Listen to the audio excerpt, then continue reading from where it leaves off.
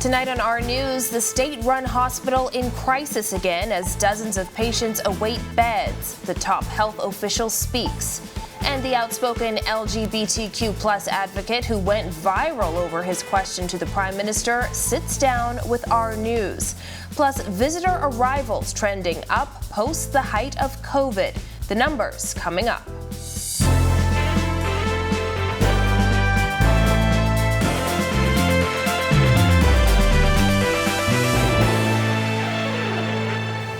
Welcome to our news and thanks for joining us. I'm Christina Dragovich. An LGBTQ plus advocate who went viral after questioning the Prime Minister during a National Development Plan lecture earlier this week is speaking out. His story is straight ahead, but we begin tonight with Princess Margaret Hospital in crisis mode as the health minister says the state-run healthcare facility is again bursting at the seams with more than 50 patients in need of beds. The patients battling chronic non-communicable diseases. The issue prompting government to call on Doctors Hospital to help to carry the load. Berthany McDermott is just back from PMH with more on this. Berthany? Christina, the health minister, detailing the severity of the matter, saying the situation is under control. Today, the situation has been in the overflow, and the hospital is presently bursting from the seams. According to officials, up to 54 patients are awaiting beds at PMH, resulting in Doctors Hospital stepping in to assist. Darville says the influx of patients started a few days ago, which has escalated to a massive flow of individuals dealing with non-communicable diseases. As a result, he said at least 30 patients were moved to Doctors Hospital West to be treated. At the time, he was unable to say how much this partnership is costing the public purse. We are actually in crisis mode. The economic impact associated with the transfer is something that we will have to address, but the health and safety of the patients who are presently here at the Princess Margaret Hospital is paramount. The situation has also impacted operations at Accident and Emergency, the emergency service workers, warning that the public can experience longer wait times due to limited resources. The issues stemming from a major shortage of nurses and structural issues and a lack of equipment like beds and trolleys. We are looking elsewhere in the world to recruit additional nurses, particularly specialty nurses. We have a lot of nurses that are graduating from the College of the Bahamas that we are going to employ. We are looking to bring nurses who are in retirement back into service. We're looking at the possibility of doing sessionals with nurses, but we do have a challenge. In hopes of providing more bed space and additional equipment soon, there is a temporary fix until the construction of the new hospitals promised by the Davis administration when taking office. We would have found a company that we would work with to be able to do what we call modular units. I'm not sure if any of you got to see that in Hawksville Clinic post-Dorian. So these units allow us now to be able to attend to the patient in a more dignified fashion. Despite this current situation, the health minister is seeking to allay any fears, assuring everything is under control. Dr. Darville advising anyone dealing with critical issues to still come to the hospital. Christina? Thanks, Berthany. In other news, visitor arrivals are up. The latest numbers revealed during a Bahamas Hotel and Tourism Association Board of Directors and membership meeting this morning. Our Italia Hall has the details. Stakeholders in the tourism industry giving an update on their efforts as the nation's #1 industry continues to rebound more than 2 years into the pandemic, and things are looking positive for Grand Bahama. Marketing consultant of the Grand Bahama Island Tourism Board, Carmel Churchill, noting that as of May 2022, air and sea arrivals are up by some 44.6%. And year-to-date arrivals are up almost 150%. And this is mostly due to day cruise arrivals into the destination. President and Chief Executive Officer of the Nassau Airport Development Company, Vernice Joaquin, says passenger performance over the past 2 months is improving. Each month we've been tracking pretty well compared to 2019, May having performed pretty strongly at 81% of 2019 numbers, but we're very pleased with the rate of recovery. Minister of Economic Affairs Michael Halkita says the numbers are encouraging, adding that cruise arrivals have also increased. And cruise activity in general continues to ramp up, and according to Nassau Cruise Ports, cruise berth bookings for 2022 are stronger than pre-pandemic levels. Reporting for our news, I'm Italia Hall. Well, the Davis administration is committed to paying more than 200 unpaid contract workers as soon as possible. The commitment comes following 3 consecutive weeks of protests outside the Prime Minister's office. Bahamas Public Parks and Beaches Chairman Mikhail Bonnaby pledging during a press conference late this afternoon the process will start later this month. This is top on our priority, and we're going to make sure that we bring this to a closure as soon as possible. Bonnaby's comments coming days after those unpaid contract workers protested outside OPM for the 3rd straight week. Our Jamila Missick will have a full report in our news tomorrow. And Prime Minister Philip Davis telling Parliament government is seeking to set up a carbon management company and establish a carbon exchange with FTX Global. Our Jamila Missick has more on the administration's plans to tap into the carbon credits market. Just over a week after it was tabled in the House of Assembly, debate on Carbon Credit Trading Bill 2022 began in the House of Assembly this morning.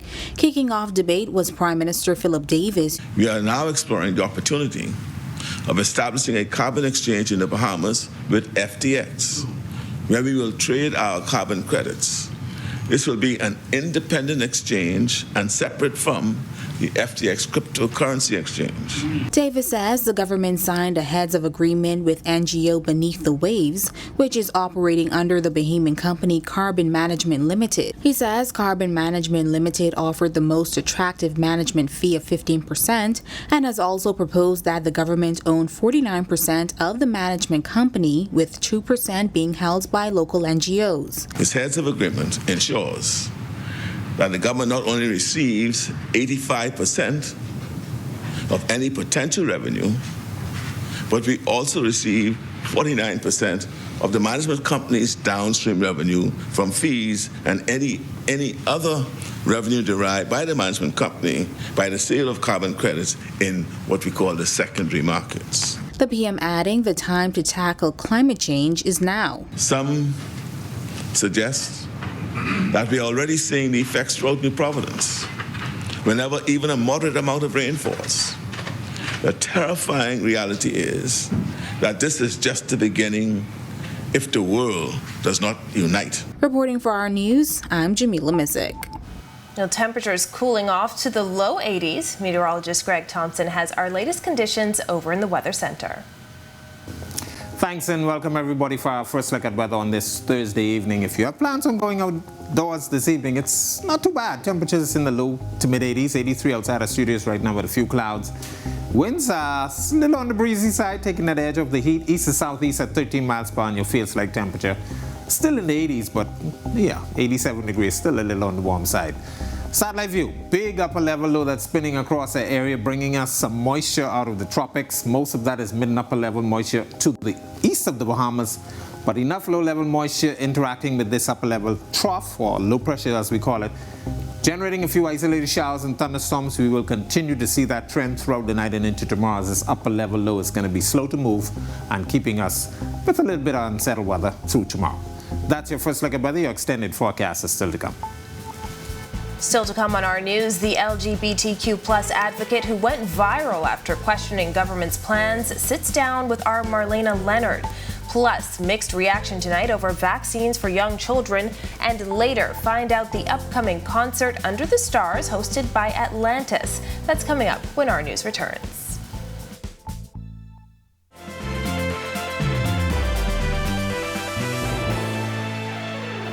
A 21-year-old man and a 42-year-old woman are in police custody tonight for the stabbing of a police officer during a brawl at the Independence Junkanoo Rush. That incident happening just before 7 o'clock Monday morning. According to reports, police officers saw a group of males attacking a 29-year-old man and intervened, resulting in the officer being injured. Investigations continue. For more on this and other incidents in today's crime report, visit Our News Bahamas on Facebook. Meanwhile, an LGBTQ plus advocate who went viral after questioning the Prime Minister during a National Development Plan lecture earlier this week is speaking out, saying they deserve to be protected from discrimination. Our Marlena Leonard sat down exclusively with Natino Thompson and joins us now in studio. It was the statement and question heard around the country, racking up thousands of views and shares on social media.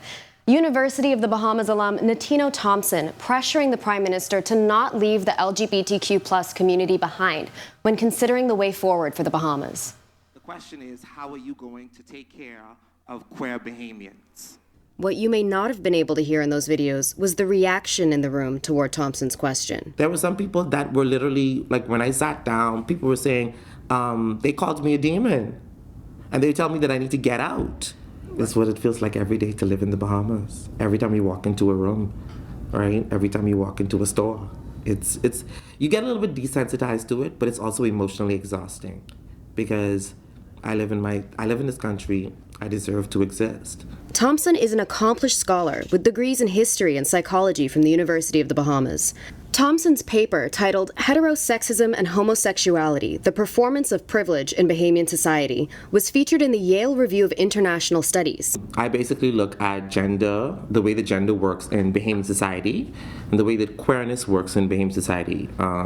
Queerness is obviously related to being a part of the LGBTQ+ community, and I see how they function. When asked why he chose to lead into the question of LGBTQ+ rights with such a bold statement, it was intentional, it's impact, right? I wanted to make sure that I make a statement, but that there was no way for him to obfuscate or run away from the question that I was trying to ask. The only thing that I could give him is that he was bold enough to have a question and answer, because we know we wouldn't have gotten it from Minas, right? But it's unacceptable for any administration to exclude any groups. And furthermore, if you look at the Blueprint for Change, when it comes to marginalized groups, there are 2 points for homelessness and 1 point for the disabled community. That's poor. we have extended clips from our exclusive interview with Thompson available on the R News Facebook page.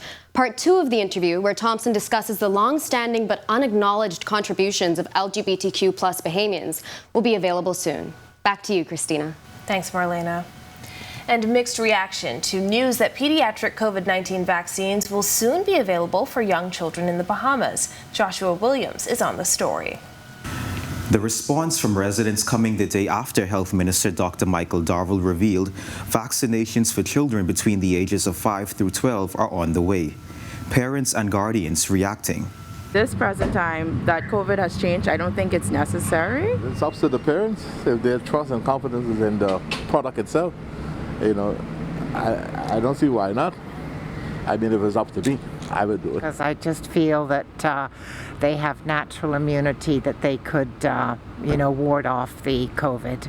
So I wouldn't be interested in that. The Bahamas launched its COVID-19 vaccination campaign last year. Since then, nearly 160,000 people have received at least one dose of the vaccine.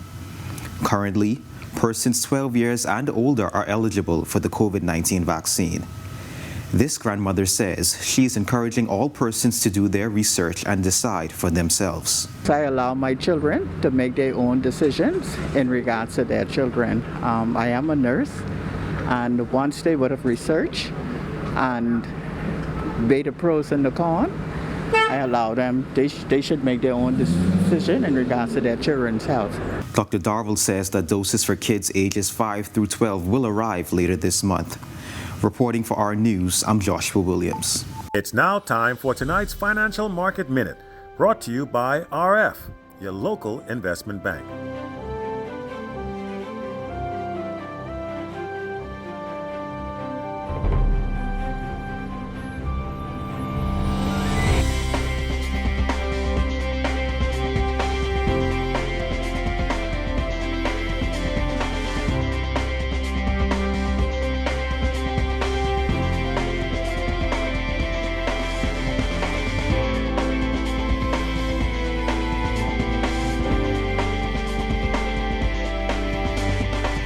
This has been your Financial Market Minute. To explore the best performing mutual funds in the Bahamas, visit our website at www.rfgroup.com. When our news comes back from the break, why the opposition is calling the recently debated draft rehabilitation bill regressive. Plus, coming up in Sports for Tonight, DeAndre Ayton on the verge of signing a 4-year, $133 million deal to go to the Indiana Pacers. We'll also tell you how our senior women's basketball team did against Cuba and a look ahead at the bodybuilding nationals. That's all coming up in sports. Plus, a night with the stars under the stars. Find out the 2 world-famous artists that will headline the Atlantis Summer Concert. The details when our news returns. This is our news. Welcome back. An amendment to the Rehabilitation of Offenders Act will allow the government to remedy the injustices for many, including people who gained criminal records for simple acts like selling coconut water during the COVID-19 pandemic. That's according to National Security Minister Wayne Munroe, who wrapped up debate in the House of Assembly last night. Our Megan Shepard has a full report on this, now available on the Our News Bahamas Facebook page. In sports tonight, DeAndre Ayton signs a major free agent contract. Our women's basketball team lose to Cuba, and the bodybuilding president excited about nationals. Here's Marcellus Hall. All right, thanks a lot. Welcome to our sports, everybody. I'm Marcellus Hall. The NBA season may be over, but free agency is definitely alive and well. One person in that free agency period is our very own DeAndre Ayton. Latest news, he signed or on the verge of signing a 4-year, $133 million contract to join the Indiana Pacers, where he would join none other than our very own fellow Bahamian, Buddy Hield. Now, of course, the deal does not come into effect for at least 48 hours because the Phoenix Suns can match that deal. If they choose to do so, then he would remain an Indiana Pacer, a Phoenix Sun player. If not, then he's free at liberty to sign that deal with Indiana, where it is the Phoenix Suns will not offer to match that deal. Let's take a look now at our senior women's basketball team as they were in action at the Central Basket. This time from bodybuilding. This weekend will be the Bahamas Bodybuilding and Fitness Federation's National Championships. Those take place at Atlantis, as we told you before. Athletes from all around the country expected to participate in the various categories. Bodybuilding President Joel Stubbs. Ladies and gentlemen, I'm happy to announce that the 49th Annual National Bodybuilding Championships in the Bahamas has arrived. And it's going to go down on Saturday at 7 p.m. at the Atlantis Theater. Prompt. We're going to start this show on time. The athletes are all geared up. Everybody is in a good mindset, ready to battle and compete for this year's titles. And so we want to invite you, the general public, to come out and support this event. And that is your check on sports for you here on this Thursday. I'm Marcellus Hall. Back to you. Don't go away. We'll tell you the award-winning artists who will headline the upcoming Atlantis Summer Concert. Stay with us.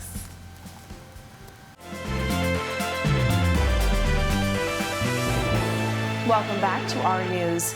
Those thunderstorms are still in the area. Greg, how are we looking for the rest of the week? Thanks again and welcome back everybody for our second look at weather. Big upper level low that's spinning across the Bahamas with some moisture attached with it is sparking a few showers and some isolated thunderstorms across the area. That upper level low is going to be with us for at least another day or two before it drifts towards the north. Upper level trough across the southeastern United States will eventually grab this upper level low and pull it out of our area.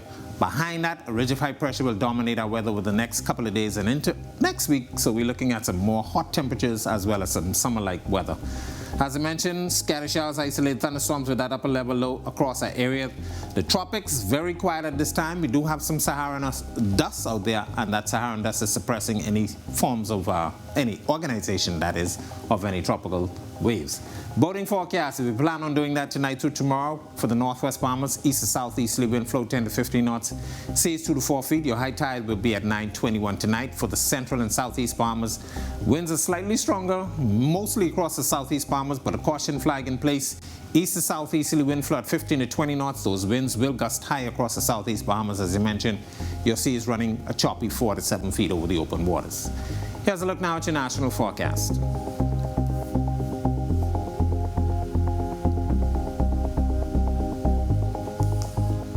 In your 7-day forecast, we expect a couple isolated showers as that upper level low remains with us. So Friday and Saturday, some showers in the forecast. By early next week, we expect those showers to taper off, but those temperatures will be back up there near the 90-degree mark with some isolated afternoon showers and thunderstorms. That's a look at our weather. Make it a safe evening, everybody. Well, the stars won't be the only thing shining this weekend. Atlantis Resort is hosting a concert under the stars with award-winning artists Ashanti and Robin Thicke. Vice President for On-Island Marketing and Events Jason Spencer painting a picture of what concert goers will experience. can expect an amazing show. Guests essentially get 2 concerts in one because you have 2 amazing headliners, great song catalog, great vibe who will be here. The pre-concert festival kicks off at 7 p.m. with the main concert starting at 9 p.m. It's important to involve the community and our local residents and vendors throughout the entire concert process. So whether that's the production of the show or the staff here at the concert venue, our local residents make a huge impact for us to create such a magnificent concert. For more stories like this and all of today's top stories, visit Our News Bahamas on Facebook. Well, that does it for us here at Our News. Stay tuned for a brand new episode of On the Record with Jerome Sawyer. I'm Christina Dragovich. Have a beautiful evening, Bahamas.